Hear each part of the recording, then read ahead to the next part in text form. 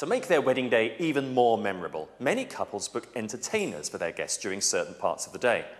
I spoke with Mark Lemesmer, an event magician, to find out what's available and what to look out for when booking entertainment.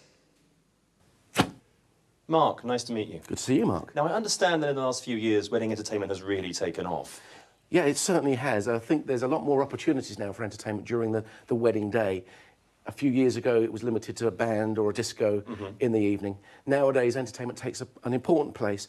Anything from before the ceremony with, say, a string quartet, all the way through the day with entertainment during the photographs, etc., and different entertainment during the wedding breakfast.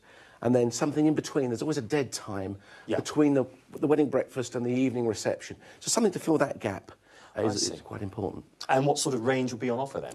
Well, there's what I do, which is magic. Right. Entertainment for the children as well as entertainment for the adults.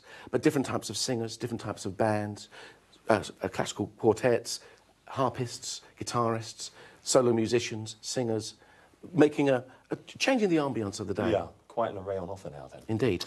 What would a couple need to bear in mind then when booking an entertainer for their wedding? Well, what they've got to think about is not themselves. They really need to think about their guests. I see. Because it's their guests who are going to experience the entertainment. They're going to be pretty busy most of the day, particularly after the ceremony with the photographer going around doing the different shots and the group shots and so on. And the guests are quite often left very, very bored, standing on their own having a drink. Right. So they need to think about something to liven that time up for their guests. But they also need to think about having not too much, having the right kind of entertainment, whether it's music or some other form of entertainment that fits in with the ambience of the venue. I see. So, Mark, what sort of information would you need from a couple before the day of the wedding as an entertainer? What I like to know is what is the theme of the day, what is the order of the day, and the general feeling. A lot of people have a different feel for the day, a different theme, so I like to know whether I can fit in with that sort of feel for the day. Also, the order of events changes with some weddings. Some people, for example, have their speeches before the meal rather than at the end of the meal. And it's nice for me to know that so I can plan my entertainment around what's going to happen. But also it's good to know the mixture of ages and the number of people and where they're going to be and at what point during the day, during the whole process of the day, that the couple want me to work. I see. So you'd be tailoring your routine accordingly, really? Absolutely. I've got to work out my logistics. Where I'm going to be working. Of course, good point. So how far in advance should a couple be booking an entertainer? Well, Mark, I've got wedding bookings in my diary 3 years from now. Really? So with so much entertainment going on at wedding, it's really a growing business. I think to get the entertainer that you want, once you've booked your venue, you need to book your entertainment. As early as that? Indeed. Good point.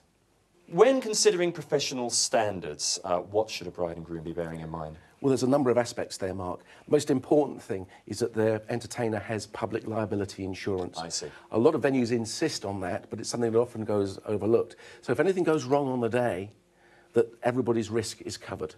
But also they should look to see whether their entertainer is associated or a member of a professional body, the Musicians' Union, for example, or if they're a member of Equity, if they're another form of entertainer, if they're a magician, the Magic Circle, of course.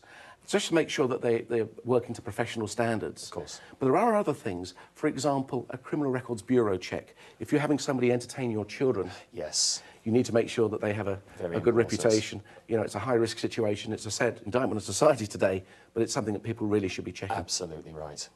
Would there be considerations relating to the venue as well, in terms of your act? Yeah, in some cases, the venues, particularly the older venues, the listed venues, they are a bit more cautious about using fire in your magic. Yeah. I do that occasionally, but you have to be very careful about setting light to the curtains. You wouldn't want to do that. Lovely wainscoting here, for example. Indeed. Right, I see. Mark, thank you very much for talking to us today. It's been a pleasure. When selecting entertainment for your day, always bear your guests in mind. Ensure that the person you select fits in with the ambience of your day. Book anybody that you desperately want as early as possible to avoid disappointment. Ensure that anybody entertaining children has the necessary certification. Check that the venue is okay with certain types of entertainment.